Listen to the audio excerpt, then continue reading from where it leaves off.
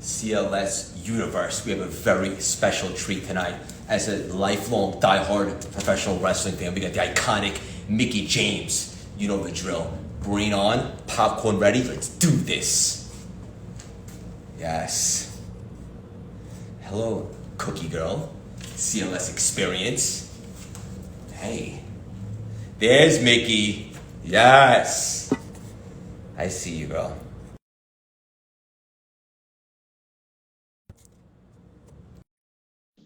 Hang tight. There he is. What's up, on? Yeah! Yeah! Woo!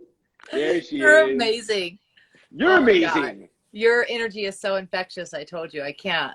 I appreciate that. How you doing? It's so good to see you again. I'm so good to see you. I'm doing great. I'm up here in like the quietest place of the house because my husband decided to mow the entire lawn. Really? Like it's so loud downstairs. I can't.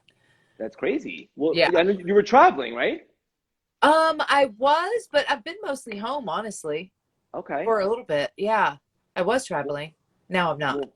Well, first things first, I owe you a congratulations on Go TV. 1 year old. What's the We deal made it. exactly? Tell the audience what's going on. It's so good. Oh God, so much is going on. I'm multitask all day, every day. I know You know. Yeah. Wait, for my audience that might not be familiar with you, unless they're living under a rock, let me give you the proper introduction that you deserve. Oh gosh.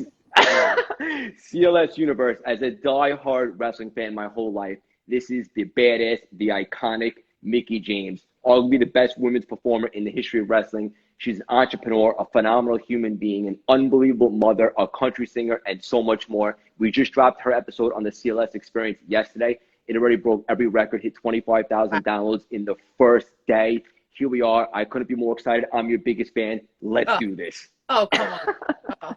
When you told me that yesterday, I was like, what? Wow, that's incredible. I'm not surprised. Your story is Yeah. unbelievable, and I love how vulnerable you got, and you really pulled back the curtain, and that's what the audience loves, to see that. And maybe not everybody knows that side of you, Mickie. Right. Well, I don't think a lot of people do. Because like I told you before, it was in my 30s or whatever before I could even start talking about so many, like really, truly be comfortable. And even still now, I think everybody struggles all the time. So it's like really hard to stand in your authentic self a lot of times. Yeah. And hold yourself accountable. And to be honest with you, I've never been more authentic than I am now. And I only know that because of how real and alive I feel. So now looking back, I realized I wasn't always this. But isn't it the best when you're your actual, real, true, authentic self? Yeah. It's amazing. It's amazing. Every day's a blessing. Yeah. I'm like, yeah. Yeah. I love it. The CLS audience is obsessed with you, and they're very engaging. So I told them that I asked a couple questions from them. You ready to rock? Okay. All right. Okay, so your journey is unbelievable. Obviously, from sleeping in cars and all the times that you got turned down to obviously getting to where you got, and it's just so special. Did you ever at any point, and I know how much self-belief you have, did you ever feel like giving up? Oh, yeah, absolutely.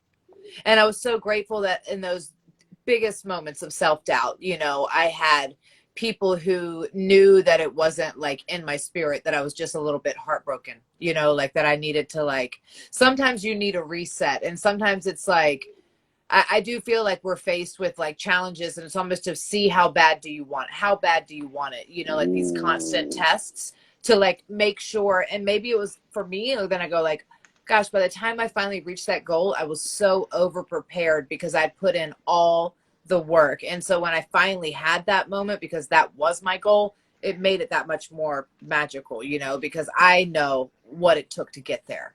100%. So when you say that moment, you mean the first time that you got signed to WWE?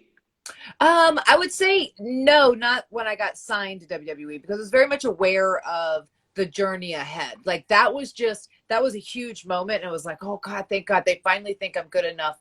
They're willing to pay me to come go to Louisville and learn how to get better, So I knew it didn't mean I was coming to TV or that I would even make it to TV, but it was like that was the next step. But when I said, make it, like that WrestleMania moment, like that was the moment when I said, that's when I knew I made it. Like that moment, the energy, the feeling, the magic, the like, I still get chills to this day when I think about that. It's like, if I could bottle that up, dude, it was so incredible. And I've had other moments like that in my life, but that for my goal and my wrestling and to really that moment there was a life-changing moment for me. I love that you dove in on that on the episode, and we talked about the ability to anchor that for different situations in life. And if you Yes. could put yourself in that moment, no matter what activity you're about to step into, you're going to do it at that elevated state. Describe exactly how exhilarating it was during that moment at that first WrestleMania for you. I can't put it into words. I really can't. Like, and I close my eyes and I try to talk, because people go, what did that feel like? And I'm like, I wish I could explain it to you, but it was so all like encompassing, like from my soul, from my heart, like just beaming outward. And like, it's still like to the point where it has so much power, because I was like, oh, this is this is it. Like when you know, like, and I don't know if that's like when you know that you are in your moment in that space to where like that is it. It was just like, it was so electrifying. It was Yeah, something that I was just like, I'll never forget. And even when I go back to it, I can still genuinely tap into, to anchor into that emotion, because it was so, so powerful, right? Like it's crazy. And, you know, I can't, it was just exhilarating. You know, it was like one of those rushes of like, you know, you've gone skydiving or something like that, but bigger than that, because it was about the work put in too. You know, it wasn't just like about the 100%. rush. Right. Oh yeah, because that was just the beginning of the journey, so to speak. But also, it wasn't really, because of all the stuff that happened before it. It was kind of like, I don't like to use the word validation, but it was like, yes, I've arrived. The crowd loves this energy, and even just seeing you talk about it right now, like I'm getting all the emotions because I see how emotional it is for you. You'll Yeah. never forget that for the rest of your life. Yeah. Never, never. Yeah, I love it. And I see my buddy Corey on here too. And he actually loved the episode. Listened to it 3 times already. He wanted me to ask you Wow. specifically, what is your current fitness routine? Um, Don't be so, okay. shy. So I'm not gonna lie. So when I first got, released from WWE, when I first left, I probably took a solid week off. Like I worked out for the first couple days, and then the next week I said, who cares, right? Like I legit I don't need to put spandex on for 90 days at least, so I can just chill and do whatever I want. So I've just really started, and I was talking to Nick, my husband, because we have a fitness line of fitness nutrition products out too. So, and we're getting ready to launch the female brand of it. So Yeah. I need to kick it in, because obviously in line with her legacy. So we're talking about going back in and training really hard for the next month to 6 weeks, and just to do a different type of challenge, because it's been a minute since I've actually done it.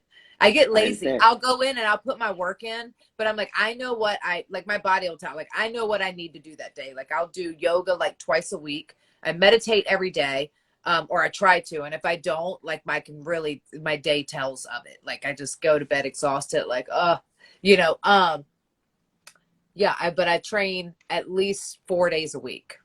Do you do cardio? Or that's like when you're in the ring and stuff?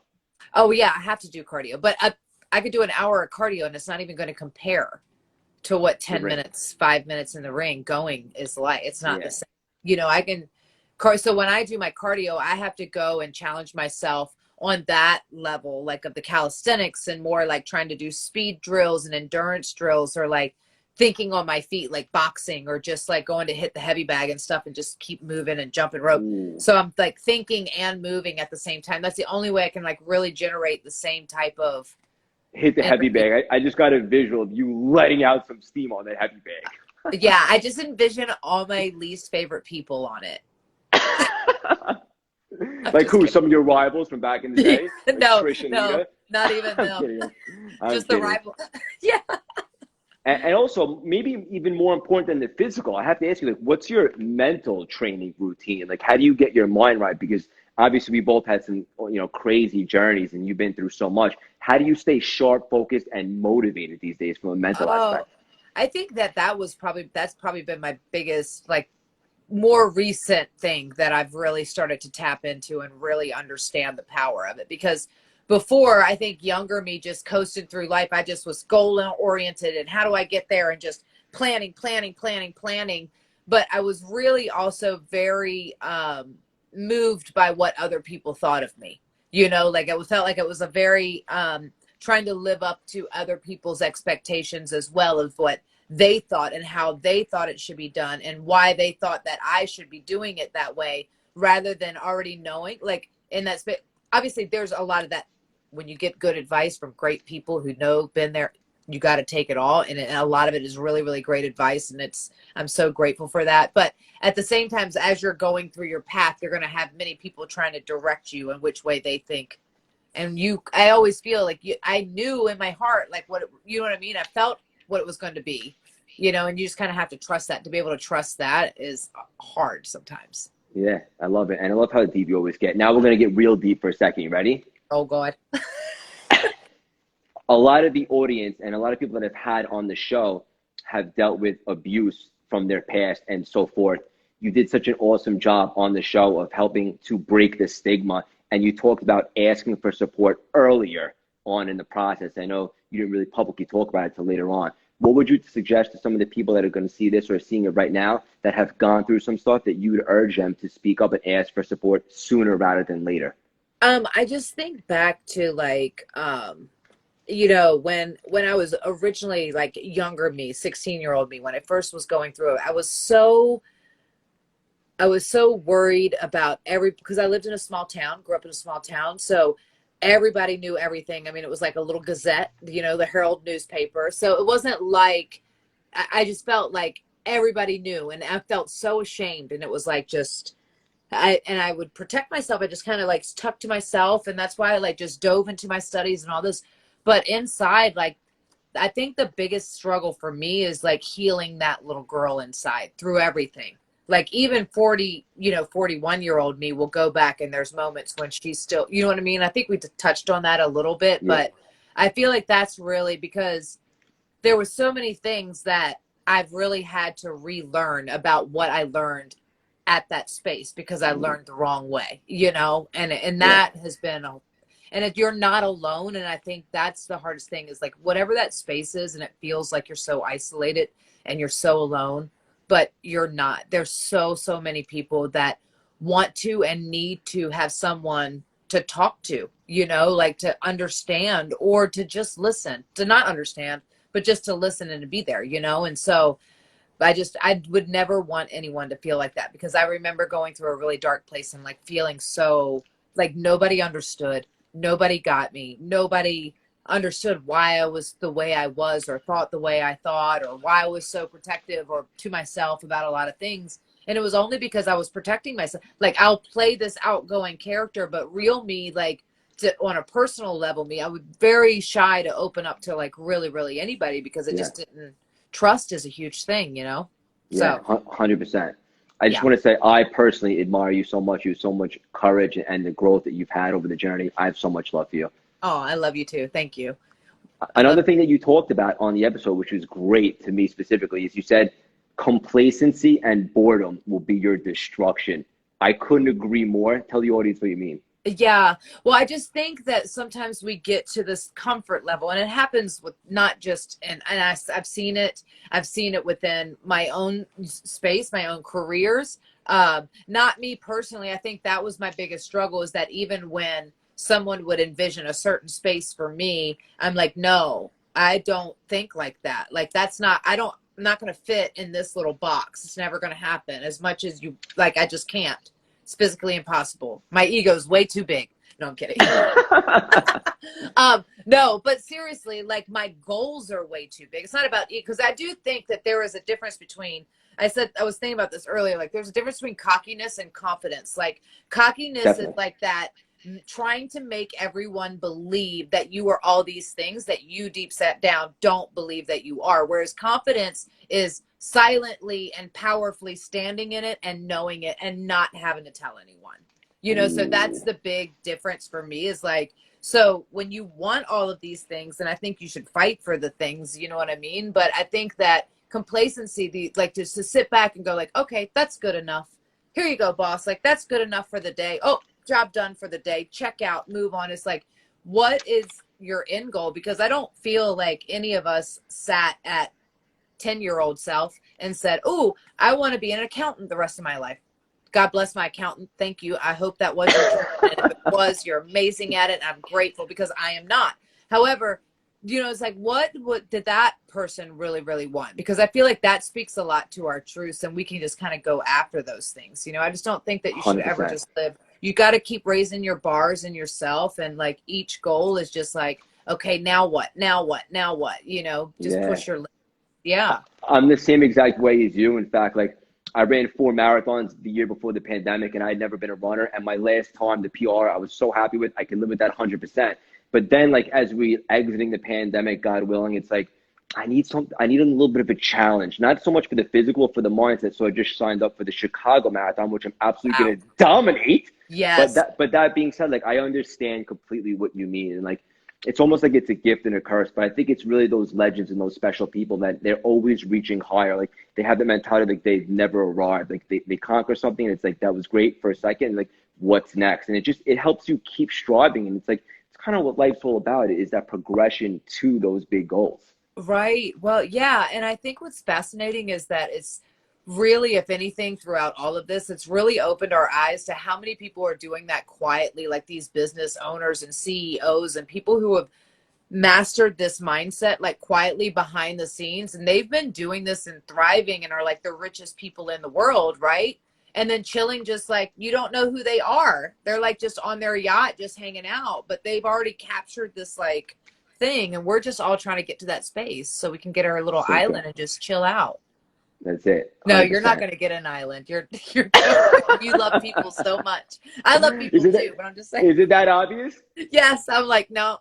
It's going to be like a rooftop condo in the middle of the city. Right. That's why me and you were so aligned. And another thing, that the reason why I feel so aligned with you is because in the episode you were talking about your intuition, and like we both agreed, like there have been times where we kind of felt it and then didn't go again. We kind of went against it, and then it bit us in the ass, and we realized how strong is your intuition, how important is it to follow it. It's so important. It's so important. And I just think like a lot of times your intuition will try to kick in and tell you, and like when you get off course, it takes you twice as long to get back to where, you know. And it's a lot of those, for me, I go like, this was like specific decisions that I made in my life that were really kind of life altering, like once or twice. I go like, I knew in that moment that that was a terrible, that was not the decision. And even there, and I sat in that space and kept trying to make it work, trying to, and like working against what it was supposed to be. And it wasn't until I was like, I had to cut that away and just go like, what was I thinking? And just goes over here. And then everything kind of lined right back up. And then just the door 100%. started open. And I feel like we block a lot of our blessings because we try to make a lot of things work that weren't meant for us to work, you know. Like So we're true. such fixers, especially as a female. Maybe that's I don't know if that's a male or a female thing, but I'm such a nurturer that I always feel like there's a way to fix it, and I really have to like feel like I've exhausted every resource before I can say, okay, I can't, you know. And it's frustrating. You're relentless in the best way possible. And I absolutely love I don't it. know, I can drive people crazy. And also, you said you're very heart led, which so am I. Yeah. What do you mean by that? I just feel like, so I'm a very like I'm a Virgo, so I'm very cerebral. Like I will talk myself in and out and in and out and all of the reasons why on Yes, every space. Like I can do that all day long if I let myself. But then a lot of times when I say I'm heart led, it's like I've always found that the awesomest stuff that has always come is always when I've just like sat back and felt it and go like, okay, what is it? You know? And when I've been in that space, because otherwise if I go up here, I'll get stuck because there's 10,000 chambers that we could get locked into up here. You know what I yep. mean? Like I'm very, like I am a creative person, but once my brain starts going and flowing, but so I try to like project that into a positive space instead of talking myself out of stuff, because it can go both ways. Yeah. And speaking of creativity, you are the best hidden kept secret in the country music game today. Where can Oh, we all find your music? How do we listen to it? Tell us now. you're so sweet. I have a new single. It's available for download right now. How do we It's called, download it? yes, go on and get. It's called Grown Ass Woman. I'm releasing it with this amazing band out of Mississippi. They're called Chapel Heart. They're on CMT's Next Women to Watch. They're incredible. So it's coming out on the 28th of May. So it's like 2 weeks away. I'm super Okay. stoked. So Yeah. where can we can download anywhere we listen to music? Pretty much anywhere you listen, stream, all that good stuff. And we're going to go shoot a video like in a couple weeks. They're on tour right now. So back on What's tour. the main focus right now? What's the main vision right now? Oh man, I wish I could say there was just like one thing, but there's not. I'm like, I know. a cook in the kitchen. You know, I'm just like all these, but I do have like 3 solid things that I'm super, super like. Obviously, my music, the album, and now that I've had all this time to like cultivate the album to really like bring the whole thing to life now and go in the studio and kind of rock that out. Yeah, I got the Gaw TV, obviously, which we just hit a year old, and so I got all of that, and we're rocking and rolling, and I got some, awesome stuff in the works. So we're gonna see what happens. Are we going to see you back in the ring at some point? I don't know. Maybe. Never I say would never, never right? say. You can never say never because there's always there could be something that always like presents itself, and you go like, that makes sense. I could do that. And also, you're always going to be in shape, so you stay ready. I hope so. Well, I don't know. In ring shape and in shape are 2 different things, but I will Fair enough. do my best. I will do my best. Yeah. Mickie, leave the audience with one final gem, one final inspirational nugget. Do that thing you do. Oh, that thing I do. I don't know. I'm just like pulling off of you right now. No, I just think I want to say everyone who like tuned in now or who has downloaded the podcast episode, or if they haven't yet, they need to go back. Just like, thank you so much for supporting me, because it's a tough space to be authentic and just be honest in a space, and I thank you for the platform to be able to do that, because I just fed off of your energy. And so thanks for following me through the ups and the downs and the all arounds. And I'm just grateful for the journey. That's it.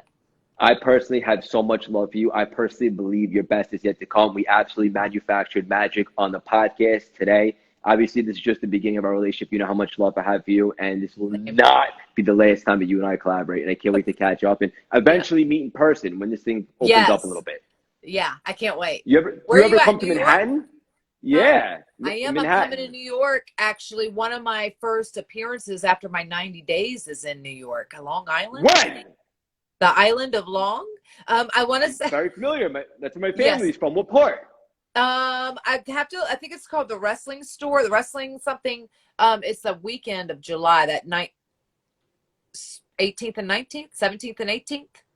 Okay. That first week, Friday, Saturday. I will be in town. I'm gonna come find you. We'll grab a cup of coffee. And I'm gonna let you body slam me. Oh, okay. Okay. All righty. So much love for you, Mickie.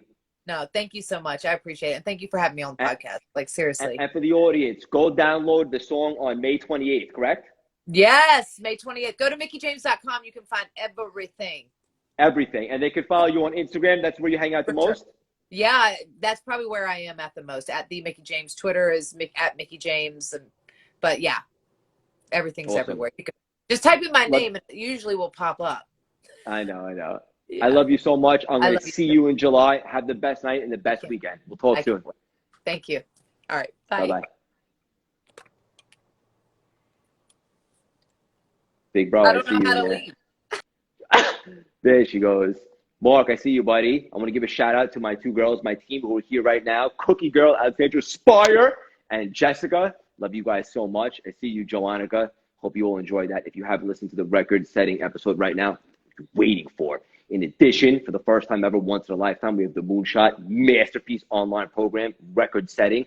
Go grab it right now from cultivatelastingtiffany.com under programs. And then, bam, start your Moonshot today. Big bro, I love you so much. You better have gotten that run in today. I see you, Rach, Carrie, Joannica. Hope you all enjoyed the show. Have an unbelievable night. Go download the podcast and show up in the acts. I love you.